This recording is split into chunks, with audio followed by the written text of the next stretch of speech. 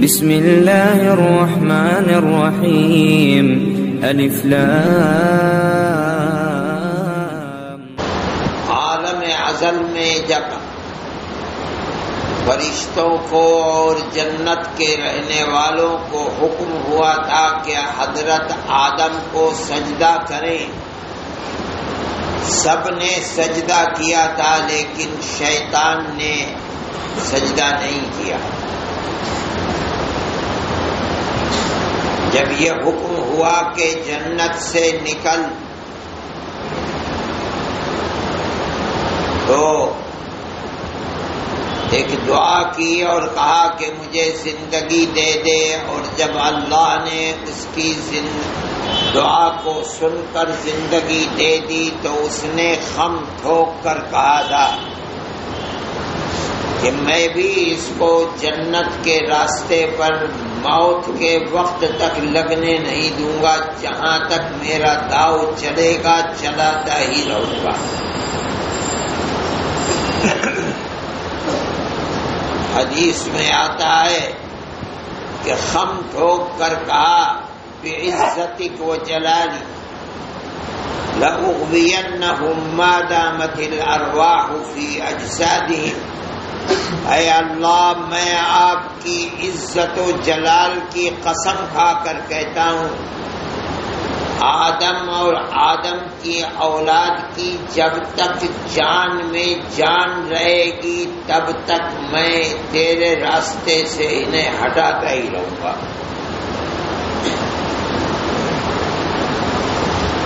پھر شیطان کو اللہ نے ایسی طاقت دی ہے، باوجود ہے کہ وہ دشمن ہے، لیکن دنیا تو امتحان کا گھر ہے،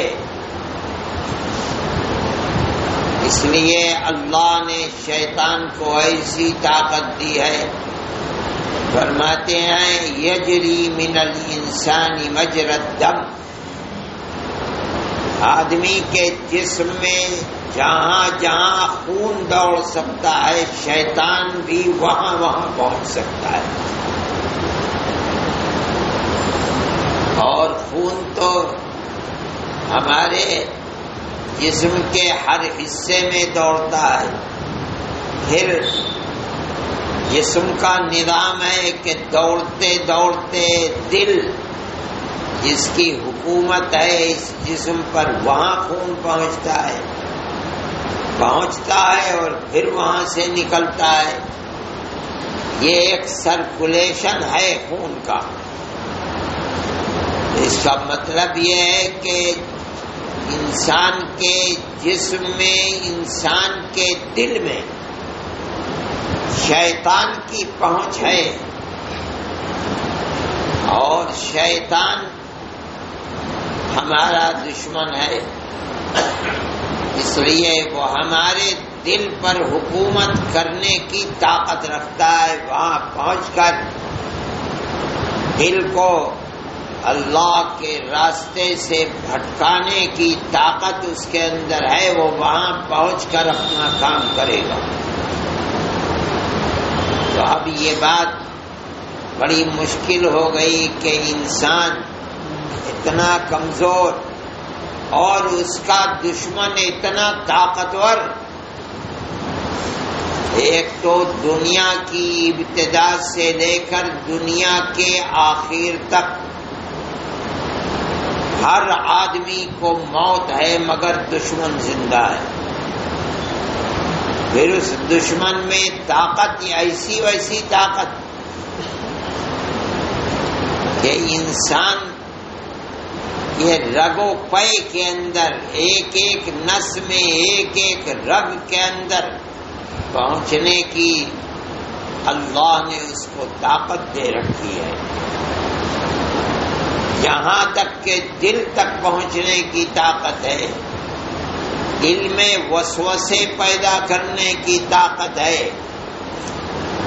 تو یہ کمزور انسان اپنے اشاعت الاسلام کیرانہ چینل کو سبسکرائب کریں، بچے کیسے اور دشمن کو مات کیسے دے اور اس کے وسوسوں سے اس کی دشمنی سے نکل کر اللہ کے سائے میں آئے کیسے؟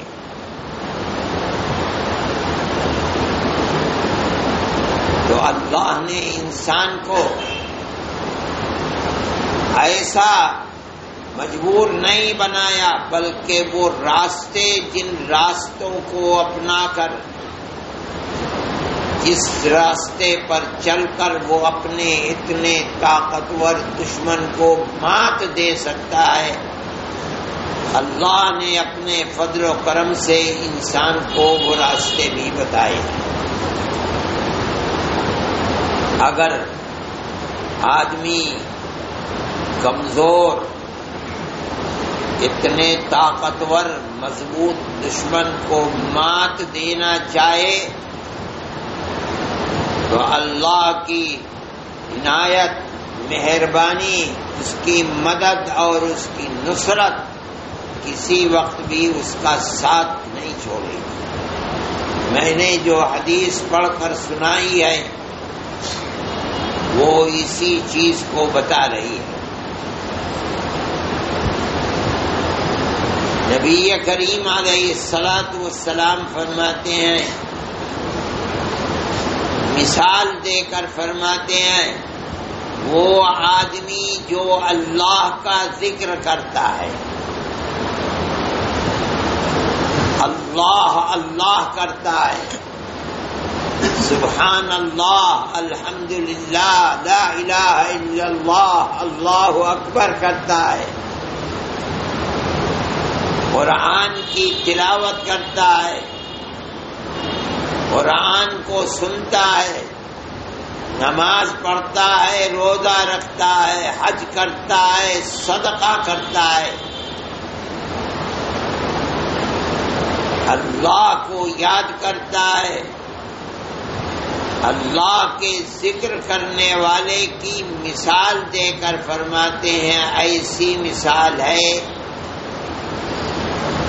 جیسے کوئی آدمی اپنے گھر سے باہر جانا چاہتا ہے، بازار، کسی دوسرے شہر میں، اور دشمن اس کو مارنا چاہتا ہے، اس لیے ہاتھ میں بیٹھا ہوا ہے، نکلے گا تو میں اس پر وار کروں گا، چھپا ہوا بیٹھا ہے۔ یہ آدمی نکلا اور جیسے باہر چلا، دشمن اس کے پیچھے دوڑا مارنے کے لیے، اور یہ جان بچا کر بھاگا۔ بھاگتے بھاگتے اس کو ایک بڑا مضبوط گھر یا قلعہ ملا، اور دروازہ اس کی قسمت سے کھلا ہوا تھا۔ پیچھے پیچھے دشمن ہے، یہ اپنی جان بچا کر بھاگ رہا ہے، دروازے میں گھسا اور فوراً دروازے کو بند کر لیا، کنڈی لگا لی۔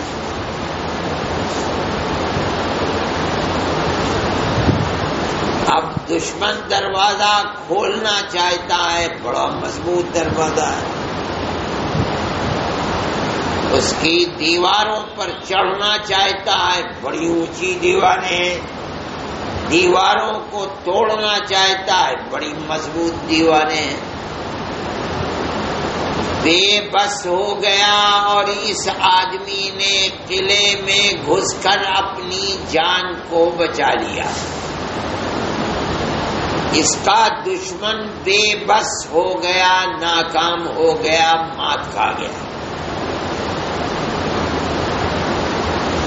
ورنہ وہ تو تاک لگائے بیٹھا تھا، نکلے گا تو میں اسے قتل کر دوں گا، اور یہ نکلا بے خبر، یہ نکلا تو وہ بھاگا مارنے کے لیے، یہ جان بچانے کے لیے بھاگا، بھاگتے بھاگتے یہ اس کی تقدیر ہے کہ قلعہ مضبوط اور دروازہ کھلا ہوا، یہ اندر گھسا اور اس نے دروازے کو بند کر کے کنڈی لگا لی اور اپنے آپ کو اتنے طاقتور اور مضبوط دشمن سے بچا لیا۔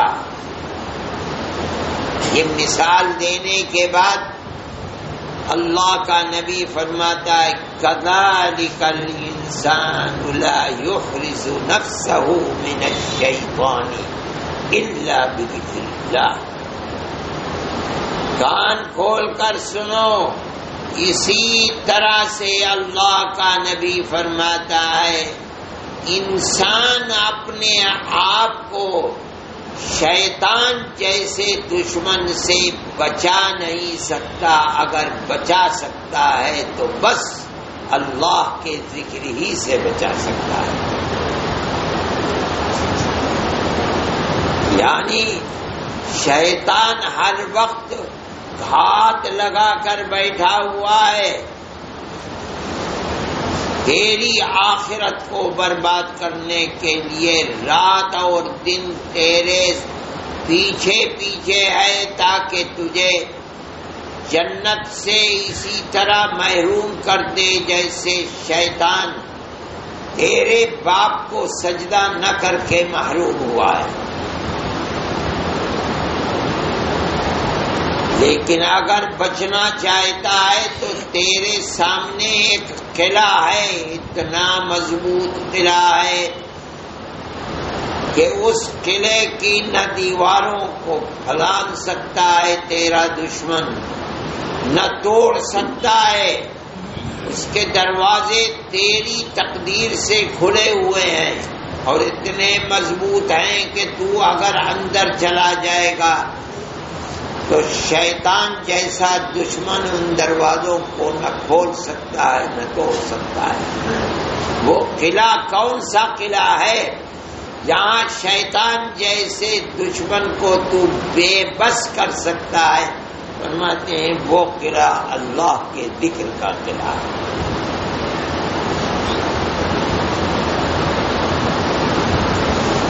اسی لیے انسان جب اللہ کے ذکر سے غافل ہوتا ہے تو قرآن کہتا ہے شیطان اس کے اوپر مسلط ہوتا ہے،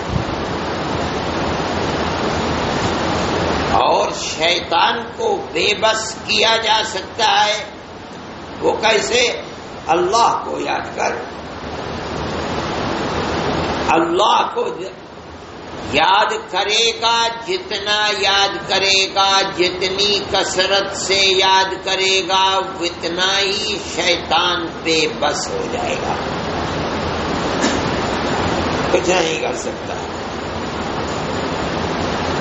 جہاں غفلت ہے مومن کو اللہ کی یاد سے،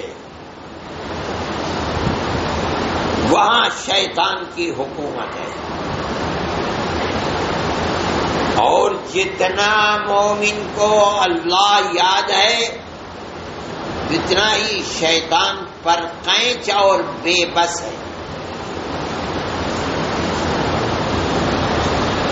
جہاں ذکر اللہ ہوا شیطان بھاگا۔ فرماتے ہیں اذان ہوتی ہے تو سن نہیں پاتا، اللہ کا ذکر ہے، مؤذن کہتا ہے اللہ اکبر اللہ اکبر، اشہد ان لا الہ الا اللہ، اشہد ان محمد رسول اللہ، شیطان سے نہیں سنا جاتا۔ بھاگتا ہے تاکہ اللہ کے ذکر کو سنے بھی نہ، اس کے کان تحمل بھی نہیں کرتے، سنتے بھی نہیں اللہ کے ذکر۔ جب ختم ہو جاتا ہے آ جاتا ہے۔ اس کا مطلب ہے کہ اللہ کے ذکر سے بچنا جب ہی ممکن ہے جب ہر وقت مومن اللہ کو یاد رکھتا ہے۔ اللہ کے نبی فرماتے ہیں کہ مومن جب مسجد میں جاتا ہے، قدم رکھتا ہے، اگر وہ کہتا ہے اعوذ باللہ العظیم وبوجہہ الکریم وسلطانہ القدیم من الشیطان الرجیم، قدم رکھتے ہوئے یہ اللہ کا ذکر کرتا ہے، میں اللہ جیسی طاقت رکھنے والی ذات سے کی پناہ مانگتا ہوں شیطان رجیم سے۔ تو فرماتے شیطان ایک طرف بے بس ہو کر کھڑا ہو جاتا ہے، لو بھائی اس نے تو اس ذکر سے 24 گھنٹے کے لیے اپنے آپ کو مجھ سے تو محفوظ کر دیا۔ جہاں کہیں بھی شیطان ہے اور اللہ کا ذکر کرنے والا ذکر اللہ میں مشغول ہے، شیطان جیسا طاقتور دشمن وہاں راکھ کا ڈھیر ہے بے بس، وہاں اس کا بس نہیں چلتا۔ یہاں تک کہ بیت الخلا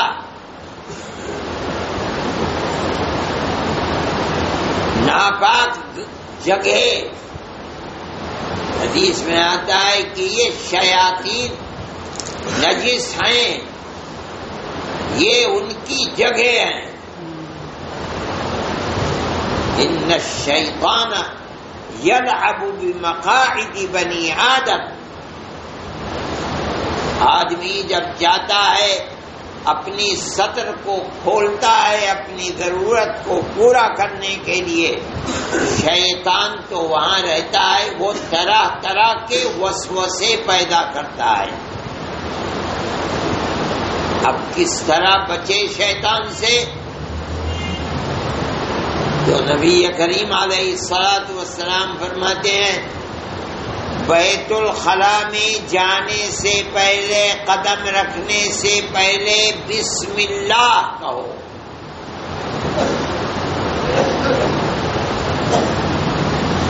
دوسری روایت میں آتا ہے میں اللہ کی پناہ چاہتا ہوں بری روحوں سے، شیطانوں سے، شیطان مردوں سے، شیطان عورتوں سے۔ اللہم انی اعوذ بک من الخبث والخبائث۔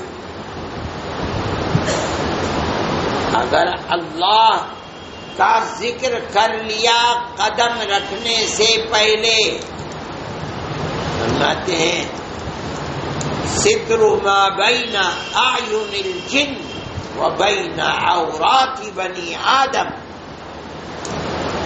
شیطان کے اثر سے محفوظ رکھنے کے لیے، رہنے کے لیے بیت الخلا میں جانے سے پہلے اللہ کا ذکر کرتے جائے، بسم اللہ کہہ کے جائے، یا اللہم انی اعوذ بک من الخبث والخبائث۔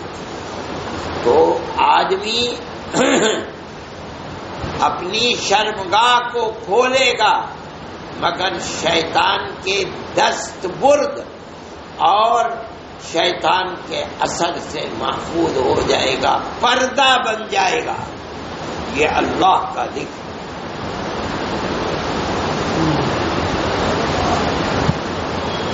یہ وہ چیز ہے جو ایک خلجان قدرتی طریقے پر مومن کے دل میں پیدا ہو کہ مومن تو بہت کمزور ہے، عمر بھی کم ہے، 50، 100، 125 سال بھی کہاں کسے ملتے ہیں، ادھر دشمن اتنا مضبوط اور رہتی دنیا تک زندہ رہنے والا، انسان کے دل کے اندر، دماغ کے اندر ہر جگہ اپنا اثر ڈالنے کی طاقت رکھنے والا آدمی بچے کیسے؟ تو اللہ کو جتنی محبت آدم کی اولاد آدمی سے ہے اپنی مخلوق میں کسی سے نہیں. اس نے اپنی پناہ کے راستے کھول دیے ہیں اور مومن کے لیے راستہ بتایا ہے، اور وہ ایک ہی راستہ ہے اللہ کا ذکر. جہاں اللہ کا ذکر ہے وہاں شیطان کا داؤ نہیں چلتا، جہاں نہیں ہے وہاں شیطان کی حکومت ہے. اس لیے مومن کو اگر اپنی آخرت کو آباد رکھنا ہے، اللہ کی پناہ کو حاصل کرنا ہے، اتنے طاقتور شیطان سے بچنا ہے، آخرت کو آباد کرنے کے لیے، اپنے اللہ کو راضی رکھنے کے لیے، اپنے گناہوں کی مغفرت میسر کرنے کے لیے، تو اس کے لیے ایک ہی راستہ ہے کہ کبھی اللہ کو نہ بھولیں، اللہ کو یاد رکھیں، اس کا ذکر کرے، یاد کرے اس کو.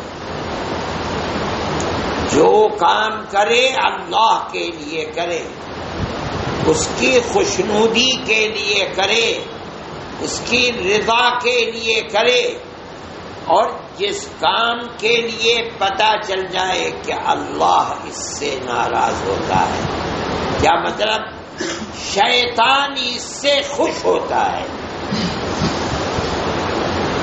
اپنی زبان کو، اپنی آنکھ کو، اپنے ہاتھ پیر کو، اپنے دل دماغ کو اس کام سے بچائے،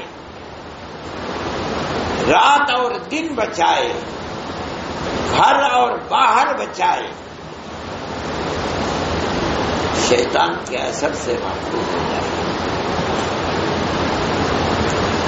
یہ ذکر اللہ کی اہمیت ہے، اور اگر نہیں بچائے گا تو اللہ کو نہ ایسے روزے دار کی روزے کی پرواہ ہے، نہ ایسے نمازی کی نماز کی پرواہ ہے، نہ ایسے حاجی کے حج کی پرواہ ہے.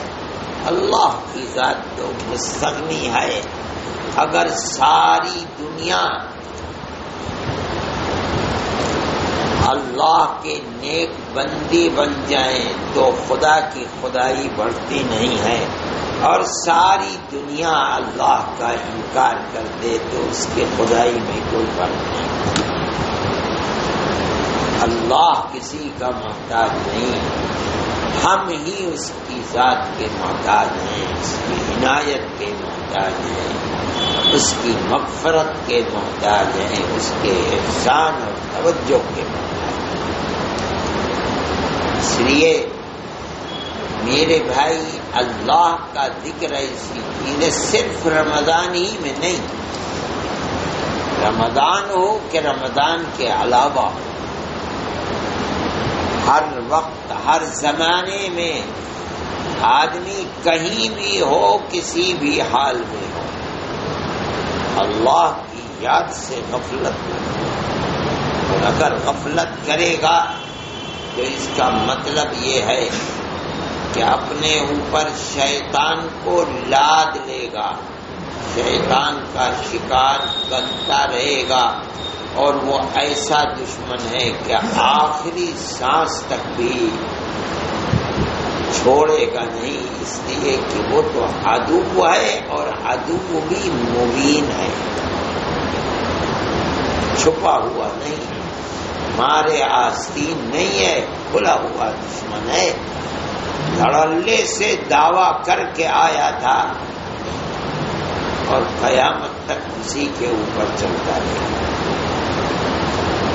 ہاں، مومن کے بس میں ہے کہ وہ اسے بے بس کر دے. اور وہ بس صرف ذکر اللہ ہے، اسی سے وہ پرہیز ہو سکتا ہے اور اس کے داؤ سے، اس کے شر سے مومن اپنے آپ کو محفوظ رکھ سکتا ہے۔ اللہ ہماری حفاظت فرمائے، شیطان جیسے دشمن سے اللہ ہمیں اپنی پناہ عطا فرمائے، اور جو غلطیاں گناہوں کو اپنانے میں ہم سے ہو گئی ہیں، اللہ نے جس طرح ہمارے باپ حضرت آدم کو، جن سے جنت میں قصور ہوا تھا اور انہیں دنیا میں بھیجا تھا، وہ نہیں جانتے تھے کہ پہلے کوئی گناہ نہیں ہوا تھا، اس لیے جانتے نہیں تھے کہ گناہ ہو جائے تو اس کو معاف کیسے کرایا جائے۔ تو اللہ نے کرم فرما کر ان کے دل پر اتارا کہ یہ کہو تو ہم تمہیں معاف کر دیں گے۔ وہ کیا تھا؟ ربنا ظلمنا انفسنا وان لم تغفر لنا وترحمنا لنكونن من الخاسرین۔ قرآن کہتا ہے فتلقى آدم من ربه کلمات، آدم نے گناہ کی بخشش کے لیے اپنے اللہ کی طرف سے کچھ کلمات پائے۔ یہ اللہ کا کرم ہے کہ بندہ نہیں جانتا تھا کہ بخشش کرائے کیسے، تو جس کی نافرمانی ہوئی اسی نے بتایا کہ یہ کہو تو ہم تمہاری نافرمانی کو بخش دیں۔ آدم نے کہے فتاب علیہ، اللہ نے بخشش فرما دی، ہم اس کی اولاد ہیں، گناہگار ہیں، ہمارے دل و دماغ میں گناہ رچے بسے ہیں، اے اللہ ہمیں توبہ کی توفیق عطا فرما، اور ہماری توبہ کو بھی اسی طرح قبول فرما جس طرح ہمارے باپ کی توبہ کو قبول فرما۔ دوستو ایسے ہی نئی اسلامک ویڈیوز پانے کے لیے ہمارا چینل اشاعت الاسلام کیرانہ سبسکرائب کریں اور بیل آئیکن دبائیں تاکہ نئی ویڈیوز آپ کو ملتی رہیں۔ شکریہ۔